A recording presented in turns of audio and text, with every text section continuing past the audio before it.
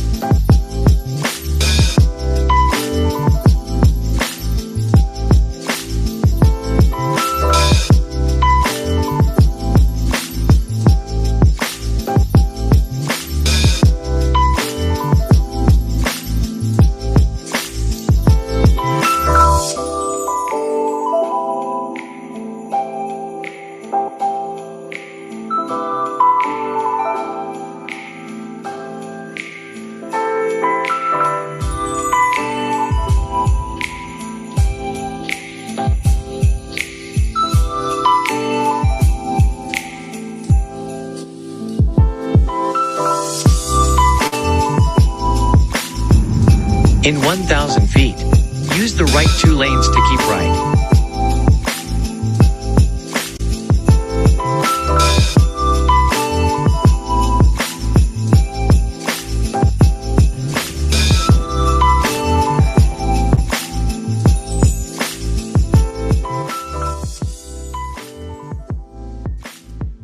How's it going, guys?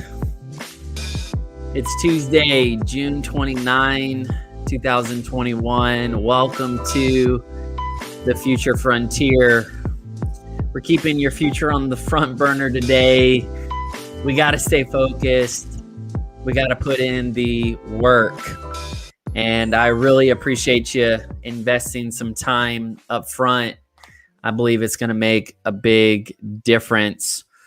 If you're new here or if we're just meeting, my name is Peter, and I am welcoming you to the most overlooked and underrated coaching conversation on the internet. And that's because a lot of people aren't thinking this way or talking this way.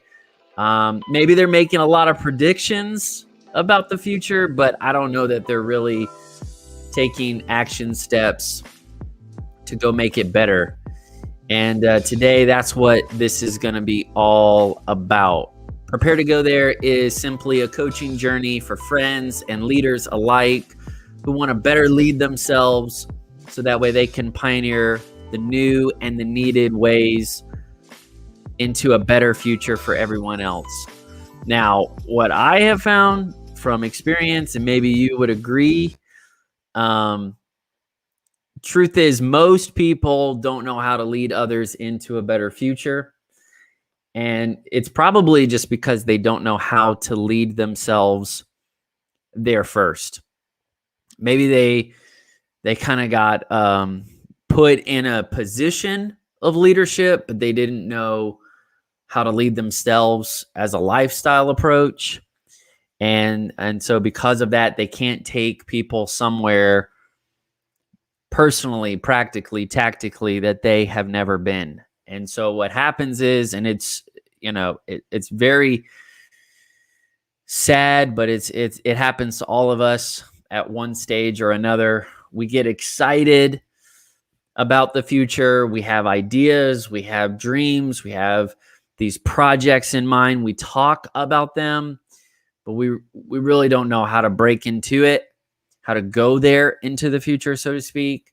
And so we try to send other people there with our good ideas, but they don't really know what it looks like.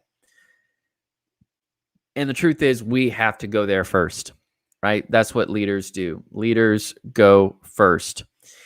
And so there's basically these two, I think, underpinning challenges, these chronic shortcomings that we've got to wrestle through, things that I've had to work through and navigate in my own experience and context.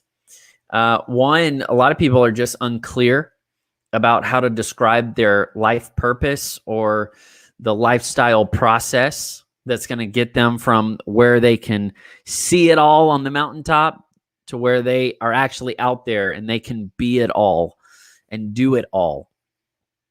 And so getting clear is a big part of preparation. Taking the time to actually go on that formational, transformational journey where you can begin to get a worldview and get a better sense of identity. So that way you can begin to identify the future that's waiting on you. And then the other challenge is just getting tactical about it, getting the right tactical approach so that way you can begin to take on that uncharted territory ahead, so to speak. And for me, I've been on that journey for years, and I've been figuring out how to lead myself, how to lead others, and how to lead through others. So what you're not going to get is some internet guru. I'm just a pioneer at heart. I love being a pastor at a great church community, and I love all of the teams and the projects that I've been a part of. And I just want to pay that forward to a lot of friends and a lot of emerging leaders.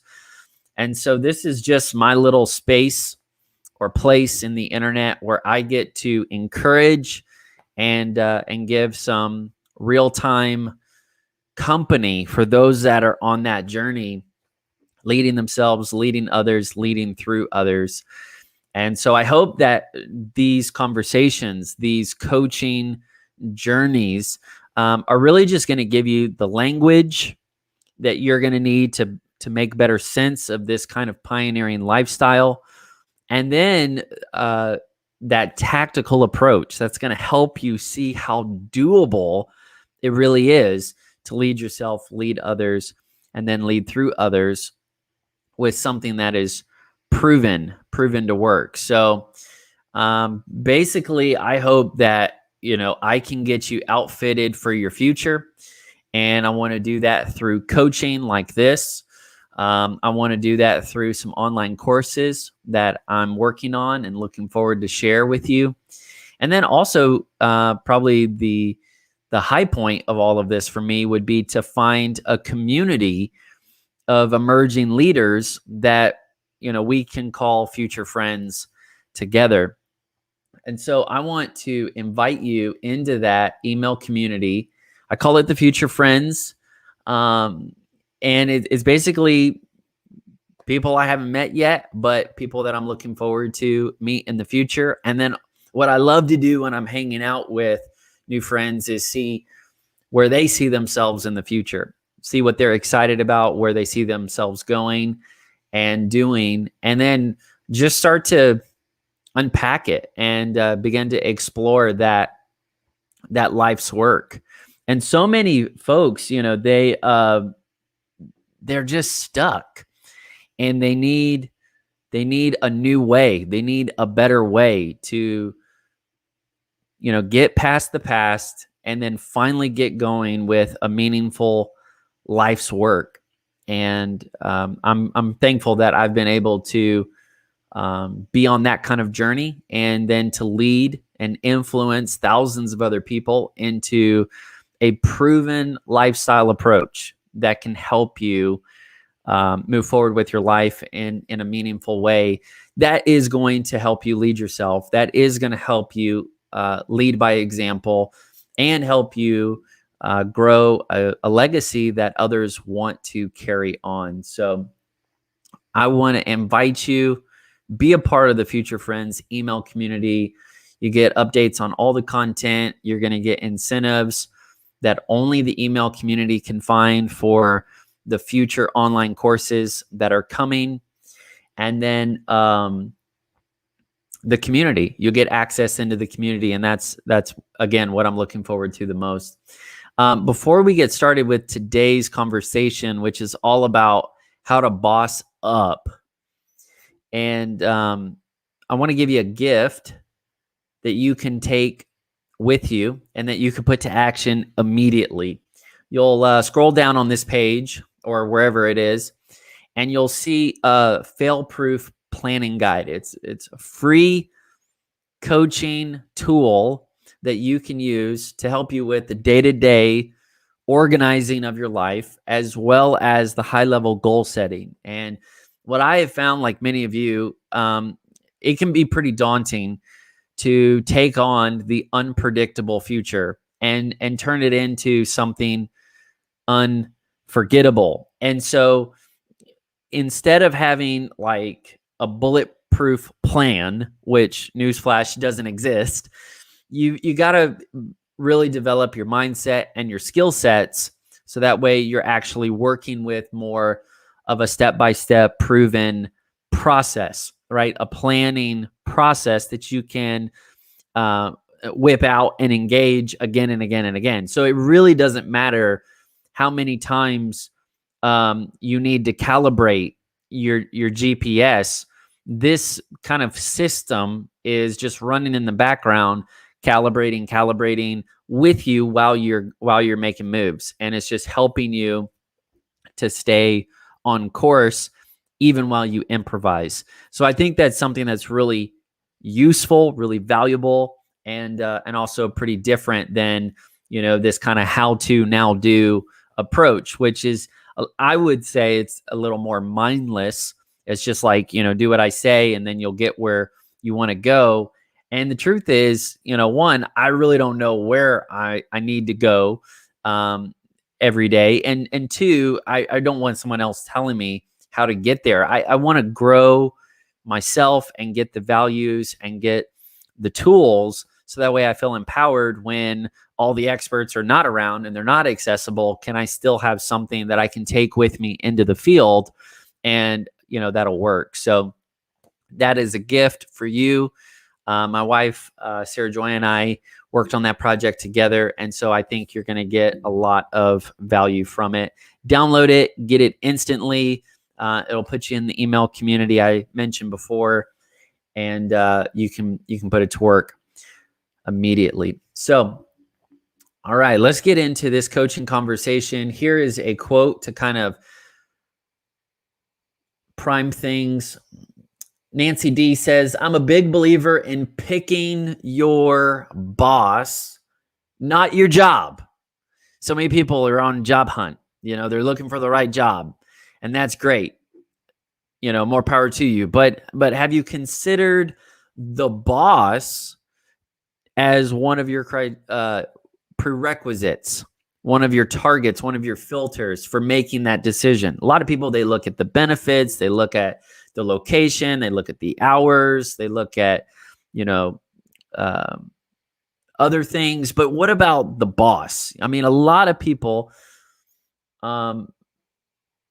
would benefit if they factored in the boss. Why? Because this is what we know. Nancy D says it this way: great people create great jobs. I think this is true of pretty much anything. I mean, you're going to college and you're looking at the teachers, not just the course, the class. When you are looking for a job, you're looking for the boss. Is the boss going to be a good boss or not? I found this on Office Vibe.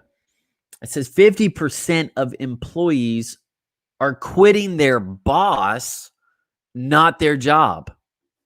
This is pretty crazy. According to research from Gallup, 50% of employees leave their companies because of the boss.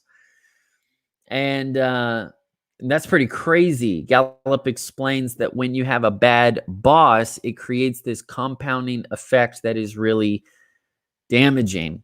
Employees are miserable at work, and that misery follows them home, making them even more stressed and spreading that negativity to their families. Man, this is a big topic. This is a big deal. And for those of us who are navigating the new, looking for those new and needed ways into the future, a future that others will want to follow us into, we have to reconcile with this idea of leadership. Why are so many people getting burned by their bosses? And it's because I would say a lot of people don't really know what a boss is all about. Like there's kind of a negative connotation to being a boss, and we would probably say, oh, that person is so bossy. And so when someone is bossy, it means that they're pushing you around and they're domineering and they're kind of like over you and kind of overpowering you, not servant leadership and empowering you. But a bossy person is kind of, in my mind, synonymous with a micromanager who really doesn't give you a lot of trust, doesn't give you a lot of training, but just kind of gets right in your workspace and is trying to lead from that vantage point.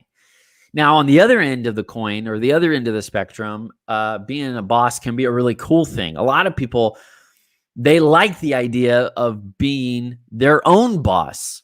They're saying, hey, I'm quitting this negative situation and I'm going to go be my own boss. I'm going to lead myself and I'm going to get the perks or the power that comes with it. And that's cool. More power to you. But the real question is, do you know what it takes to be a boss? Because if you're not careful, if you're not aware, what you'll do is you'll react to just one situation and you'll actually create a cycle, and then you'll become the bad boss that you were trying to run away from. You'll become the bad leader that you were trying to avoid in the first place. And so don't think that just because someone has been a bad boss that they're a bad person.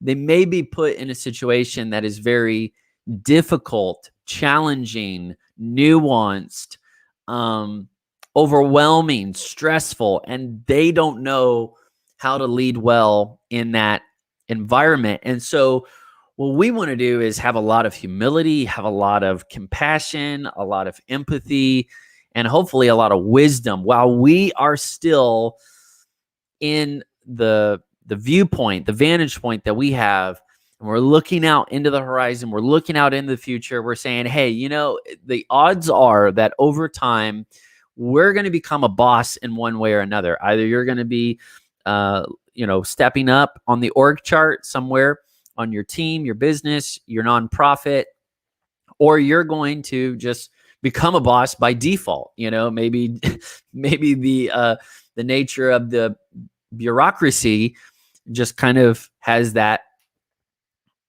effect in motion. And so at one level or another, you're going to have to boss up.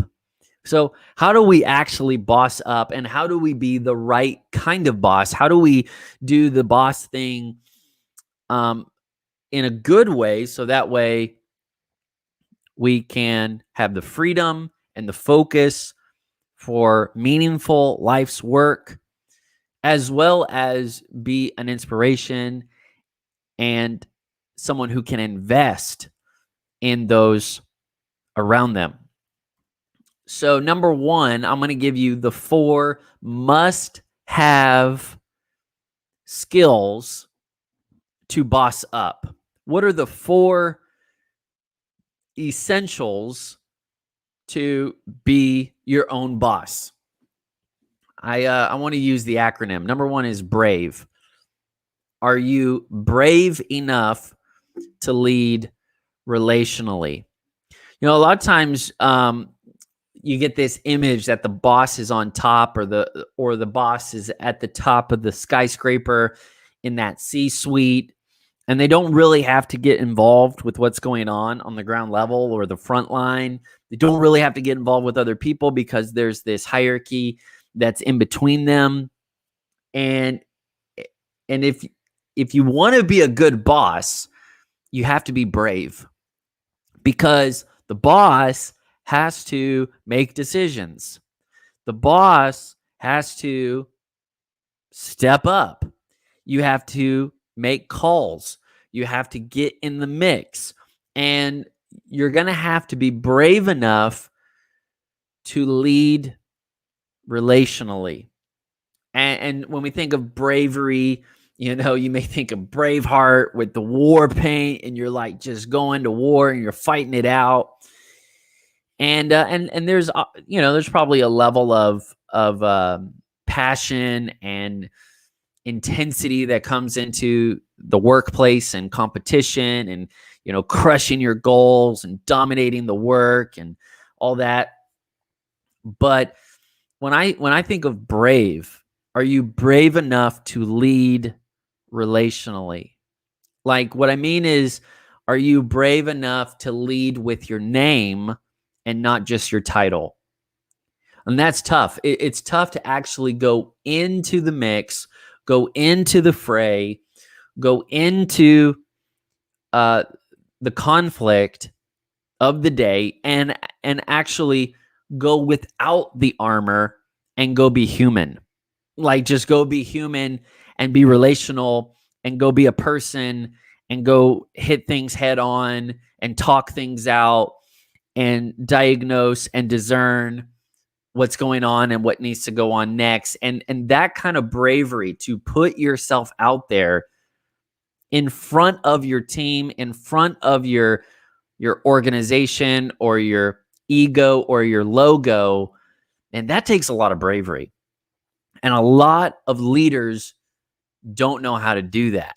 And so they create all of these shields. They create all of these systems and these apparatuses that can kind of shield them from the onslaught, when really the boss is the defensive mechanism that is shielding the rest of the team from the brunt of whatever's happening at that workplace. Obviously, they can't get involved in every conversation. They can't get involved in every situation, but to think like a boss, to talk and walk like a boss, you're going to have to be brave enough to lead relationally. You think you can? You think you're down for that? Like, I know you want to set your own hours, but what about being brave when it's time to resolve conflict? What about being courageous when everyone else is confused and you have to go clarify expectations? And then when you go in, are you going to come in, heavy-handed and kind of get your iron fist on, or are you really going to be a leader that can lead relationally and build rapport and have influence and speak decisively, where it doesn't matter whether they like your title or not? They've made some sort of intuitive connection that you're trustworthy, you're reliable, and what you're saying is going to get followed through. That you're a person of your word, that you're going to make sure what you say and what you do will happen. Are you brave enough? Are you brave enough? Now, being brave is important because a leader is going to make calls all the time, and they may not always be the right call. And so then you have to be brave again and say, hey, guys, I didn't make the right call. Or, hey, I've learned something new. I'm going to grow and learn and change. But a leader has to be brave to take on, I like this phrase, a leader is the one, a boss is the one who calls the shots and takes the shots. And if you're not willing to take some shots, then you're probably not the right person to give the shots either. All right. Now, we're spelling out the word boss here. The letter O stands for objective. It means you've got to stay objective about the results. You have to stay objective when it comes to getting your results. And I think this is kind of two steps to do this. The first one is, do you know the objectives to get results in the first place? Do you know what it takes to have sustainable, repeatable results? Or are you just a one-hit wonder? Are you just, lucky stars? Are you just kind of winging it, and you're just kind of pretending to be competent, and you really don't know what's happening? You're just kind of going by the seat of your pants. You're just kind of trying to stir things up with your charisma, and you're just trying to use some talent, just kind of like lean in and leverage some of the other people's strengths, and you're just trying to see what happens, and kind of all over the place. And see, a lot of people, they want to be the boss, but can you identify the objectives that you will need in order to succeed? Or will you be able to identify what is necessary, what is a must have, must do in order to lead? And so after you know what are the objectives for me, then you have to stay objective about it. Can you think objectively, or are you going to get, emotionally inflated or deflated? Are you going to get too worked up to get work done? And so many times, even in my own experience, I wanted, to see results, but I had to learn, how do I stay objective so that way I'm just working a mission critical path and I'm making progress with focus, and I'm not getting pulled back or pulled in to these distractions. So staying objective is a mission critical skill set for the boss. And if you want to be your own boss, no one is telling you what to do. And so you can say that like, oh man, that's amazing. That would be so great. And that might be your reaction and your sigh of relief to come out and come, away from the weight, the burden of, a bad boss, someone who's been more micromanaging in their approach. And so you're like, I'm just going to be so grateful, so happy. I'm going to be doing cartwheels and backflips, knowing that nobody's going to tell me what to do. Oh yeah, but nobody's going to tell you what to do now. So is the goal that you're just not being told what to do, or is the goal that you can actually get things done? And that takes some soul searching. That takes some data. You're going to have to prove to yourself. You're going to have to get the proof of concept for yourself that you can get results. And now you can't blame other people. You can't blame, well, they were in my way, or they were always interrupting me, or they were always, on my case, and I never got things done. Well, hey, let's give you what you think you want. Let's see if you do better now. Because the truth is, you might not have been objective enough simply because of some internal distractions, not only the external distractions. Does this make sense?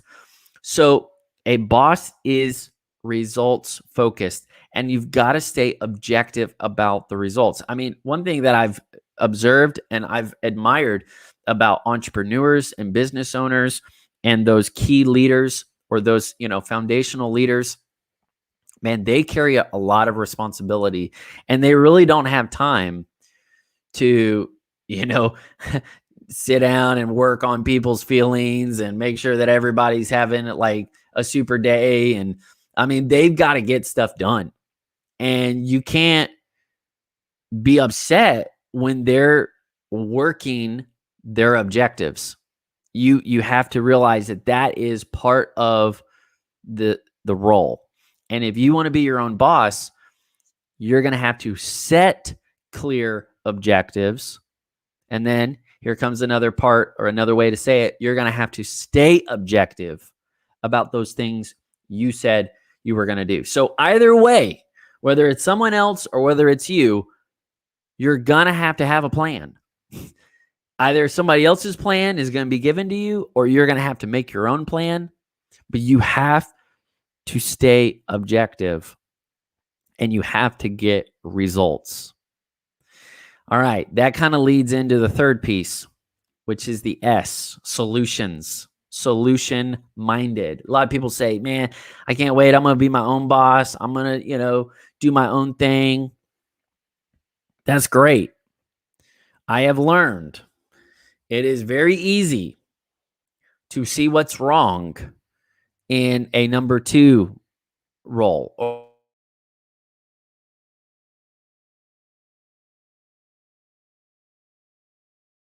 Solutions when you are the driver. When you are the driver, you cannot just come up with observations. You have to come up with solutions. When you are driving, you cannot stop. You cannot stall. You cannot pull over. You won't get anywhere. You'll actually become a hazard to the people on the road or the people that you're driving if you do not know how to drive confidently, competently. And you can't just always be pointing out what's wrong. You can't just always be talking about what's not cool and what's not good and what's not working. And you're going to have to literally come back to reality, and you're going to have to generate solutions, and you have to make decisions that are worth repeating. And this is easier said than done. In fact, a lot of people, they try to be their own boss and they get like B, and they're like, yeah, I'll be brave. I'll step up. I'll be the leader. I'll like lead from my, my name and not just my title. I'm going to have character. I'm going to have convictions. I'm going to step up. And they're kind of getting into that. And then boom, it's time to get objective, and they're trying to actually do the work now, and they're trying to get results. But then by the time they get to S, it's like they run out of ideas. They get kind of like weary of decision fatigue. And it's fun for like a week. And then, you're still trying to grow through the grind. And it's like year 1. And you've run out of ideas. You've run out of solutions. So a boss is that decision maker, that ideator who is just like breathing. They just come. It just comes with it. They just are always filling up the day with solutions. Filling up the day with solutions.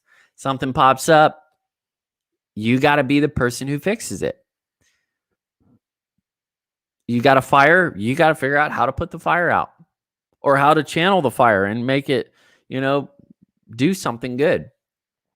Solution-minded people can boss up. And I like this idea of filling up the day with solutions, because it takes a lot to make so many decisions over and over and over again. And they just coming at you from all different angles, all different sides. And that can get very wearisome. And you may have like 1 or 2 really cool ideas, but does it scale? Do all of your ideas scale? And so it's not just about having 1 or 2 really good ideas. It's about having the mindset and the skill set that I mentioned before to actually fill up the day, fill up the week, fill up the year with solutions. And one of the things that I've, been thinking through and kind of thinking about is, a boss can either become critical or creative. You can look at the same facts, you can look at the same situation, you can look at all of the same metrics, and you can look at it with a critical attitude and start like breaking it down and beating it up. Or you can look at the same facts and try to be creative about it and say, what does this make possible? What are the options? What are the outcomes? How am I going to leverage this to 5x, 10x where we are? and filling up the day with solutions is one of the signature strengths of a great boss. Do you know how to boss up? Do you know how to fill your day with solutions? This has a lot to do with mindset, absolutely. But it's not just mindset. It's not just positivity. It's not just having a good confession, so to speak. This is also about skill sets. Because if you have a limited skill set, you're not going to have as many solutions to offer. But if you have a larger range or a larger spectrum of skills, then when you approach a challenge, you approach opposition or an obstacle, you say, hey, I have more to work with. Therefore, I have a higher chance of getting a better solution, a more custom fit solution. There's a quote I like. It says, to a hammer, everything looks like a nail. So in other words, if you're like the hammerhead, everything you go at is just a nail that needs to get pounded. You know, someone comes to you with a question, boom, that's a nail, boom, pound it. And then someone else comes to you with an update and you say, what? No, that's another nail. And you pound that. But the truth is, they were probably two different scenarios that needed two different approaches. But to you, it was all just hammers and nails. And so you're just going to pound and pound and pound everywhere you go. But what if you could develop, grow, diversify? What if you could enlarge, expand your capacity, your skill sets, so you're beginning to think not only like a generalist, but you're thinking also like a specialist, and you're bringing better solutions to each situation. And you really can't do that with just positivity or just good mindset or outcome. Absolutely, you have to have that. You have to have that, but you have to reinforce it, the soft skills with the hard skills of having a skill set that can enlarge your range of solutions. And so this is a big key. Are you filling up your day with solutions and doing it in like a serial fashion? Are you able to show up and bring solutions again and again and again? Man, I've talked a lot about that. I feel like that probably needs to be emphasized a lot today. All right, the last one. I can't say I have a favorite, but if I did, this might be it. A great boss knows how to strategize through the stress in order to keep growing.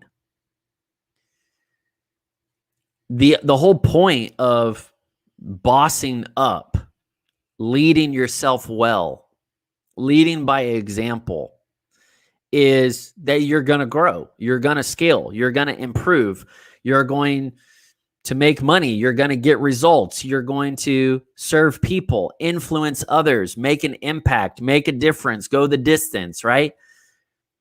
And what happens is, just by the nature of that kind of work, you level up, and then on that next level, you have new challenges, you have new stressors, you have new stages that you have to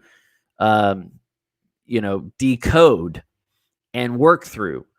And if you don't know how to deal with those different levels of stress, or another way would be growing pains, if you don't know how to work through or scale through those growing pains quickly, you could actually get taken out of the game for a long time. I'm going to kind of tell on myself, but I'm trying to make a point. I'm trying to give an example here. And I enjoy working out. I'll be honest, I'm not as good as I want to be with working out. I can definitely be more confident, more competent, but I enjoy it and I have a value for it. And so I'm enjoying the journey there. But sometimes my wife's here, Joy, she wants to get creative and she says, let's try something new. Let's do a different workout. Let's work out a different part of our body, or let's work in a different place or in a different way. And I kind of get a little reluctant about that, I do like the routine, but I'm also a bit hesitant of the consequences of trying something new. And so I work out a new part of my body, and then I'm actually pretty sore from that. And I've discovered muscles that I didn't know existed because they are hurting. They are in pain. They're yelling at me. They're saying, Peter, why did you do this to us? And that's okay. That's a part of life, and you have to push through that. And that's just part of the mindset. But there were times where I would just like tap out for like a week and just stop working out because I would keep saying, well, I have to recover. I have to recover. I'm just recovering. I felt pain and I have to work through it. But the truth is, if you are stopping or stalling every time you feel pain and you don't know how to recover quickly, you're not going to scale. You're not going to accelerate. You're not going to see the growth, the transformation, the progress that you're, showing up for. And so if you're just waiting on the natural kind of recovery rate, it's too slow. You have to be strategic. You have to get strategic about growth. You have to say, how am I going to grow effectively, efficiently? How am I going to grow intentionally, strategically? And realize that the very nature of forward progress comes with this game of strategically wargaming. How are you going to move from step to step, stage to stage, level to level? And how are you going to do it in a strategic way so you don't get stopped or stalled along the way? Are you being strategic about your personal growth? Are you identifying the stressors quickly? Are you figuring out how to power through them, how to grow through them, how to continue? And if you don't think strategically, you're not future focused. Okay? You're not thinking about the future. You're just kind of parked in the moment, and you're just thinking that it's going to get over with when really it could take a lot of time because you're not taking ownership of that moment. So get strategic about growing through the stress. And I'm just convinced that every stress or every stressor needs a strategy. Every stressor needs a strategy. Man, if you have a lot of emotional anxiety, a lot of fear, and a lot of worry, and a lot of tension, you need a strategy for that. Like, do you have an intentional strategy to say, I'm not going to put up with this. I can get through this. I am going to outgrow this, and I'm going to bear fruit that remains through this. So here's my strategy. And that wisdom doesn't come from us. That wisdom comes when we're seeking the Lord and we're asking for help and we're reaching out to others. But you can get wisdom strategies to move through the stressors so you can keep leading. And it's so incredibly important because people cannot afford to wait on leaders that are just,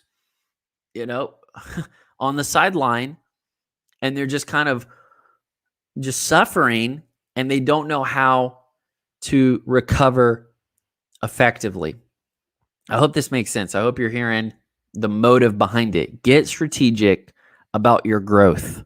Get strategic about the growth and the challenges that would keep you from growing more. Get a strategy for any financial stressors. You got these financial stressors, and they could basically paralyze you, handicap you from having any kind of forward motion. Do you have a strategy for those financial stressors? Do you have a strategy for the logistical stressors? Do you have a strategy for the relational stressors? Over and over again, just identify what is keeping you from growing, what is trying to take you out, and you need to outgrow it with a strategic approach. All right, so that is the test. That's the boss test. This is going to help you boss up. Are you willing to be brave and to really step up and lead when it's needed, and not just hide behind, your title or a position or a system, but to really lead out of your character and lead out of your conviction and lead in a way that is sane and humane.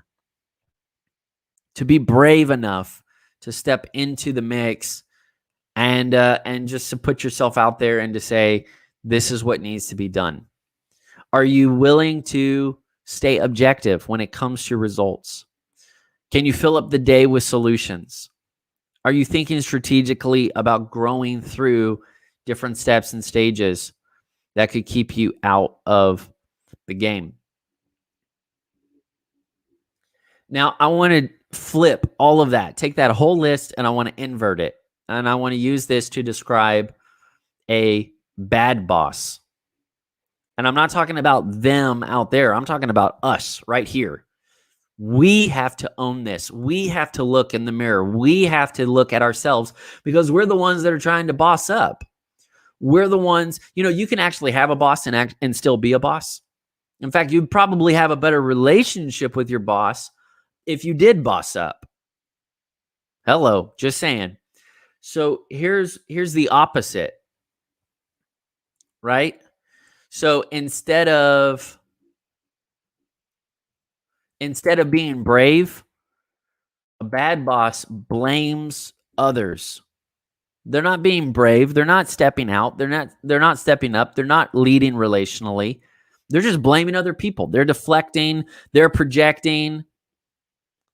They're saying, the sky is purple. They're just like gaslighting everybody all the time. That's not what a good boss does. A good boss is brave and doesn't blame other people. Now, let me ask you sincerely. I'm not here to embarrass anybody. I want to empower you. Be honest. Have you been blaming other people? Do you play the blame game? Because it can be fun. I mean, you can get so many points playing the blame game. It's so fun to score points, and to dodge responsibility and to dodge accountability, right? And to justify and to give excuses. You can get results or you can make excuses, but you can't have both. So don't be someone who blames. Be brave. A leader is objective. They know what the objectives are. They know how to stay objective about the results. They are focused on mission critical things. They do not tolerate the low value actions. They do not tolerate the workplace drama, the interpersonal conflicts. They don't put up with that mess. They stay objective about the work. They use their work time to get work done, and they enjoy their family time with their family, with their friends. Why? Because they're objective about it. They're not letting life and work and stuff just kind of all bleed together, and they don't really have clear lines and clear boundaries. They know how to stay objective. Now, a bad boss owns nothing. They're not objective. They don't know the objectives. They don't want to know the objectives. They just want to be told what to do. And they just kind of show up and they just kind of go with the flow. And they use that as a coping mechanism. They're not owning. They own nothing. A bad boss owns nothing. They're not thinking like an owner. They don't want to be an owner. They just want to show up instead of setting their own objectives and working that plan until success. Okay? A great boss is going to have solutions. Well, a bad boss is going to surrender opportunities. They're not coming up with solutions. They're just surrendering. We're not doing that. And they just downplay. They don't do that. Don't do that. Don't surrender opportunities when things get tough. Don't surrender opportunities when other people are backing out, bailing out. You need to hold your ground, hold that line, and you need to be solution minded. And then a bad boss or a good boss is strategic, and a bad boss stalls growth.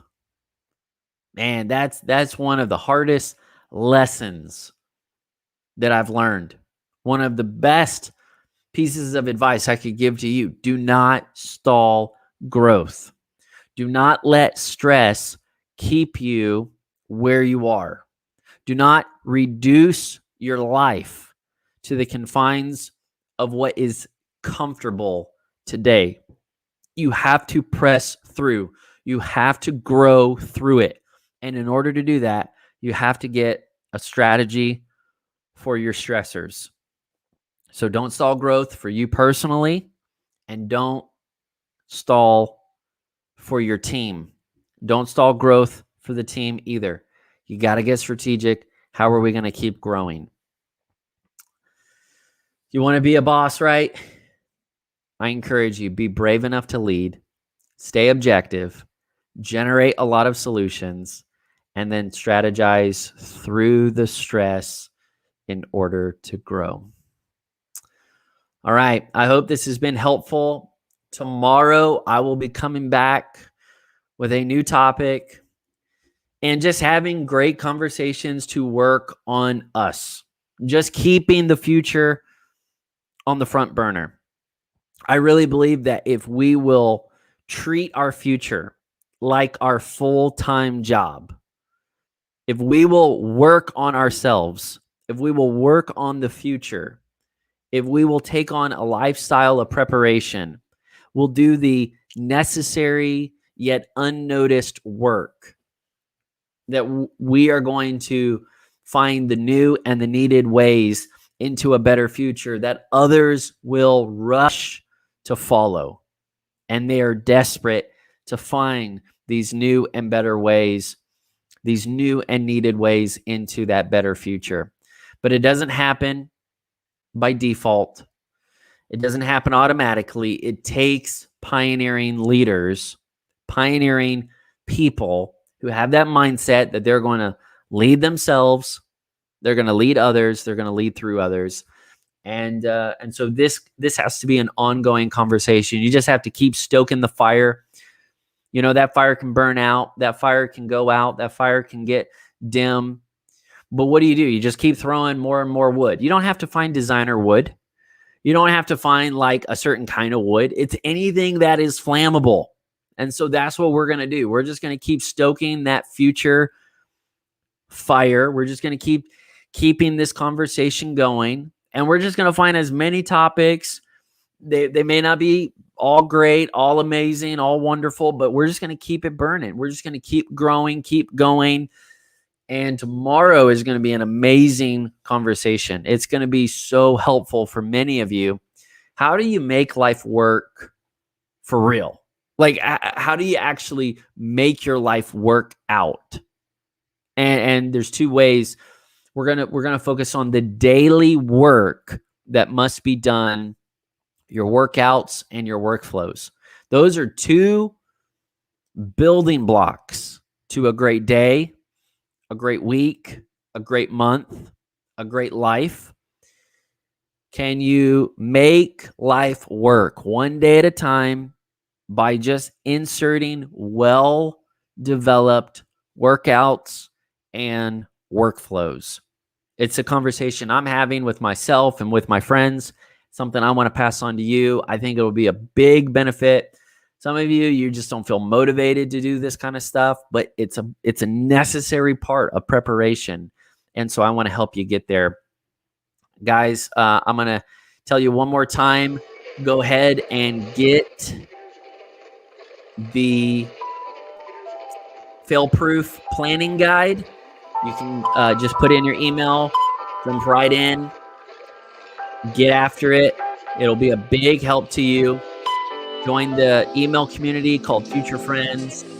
I really appreciate you. I want you to keep growing, keep going. And remember, you're going places, but you got to prepare to go there. See you later. To keep right.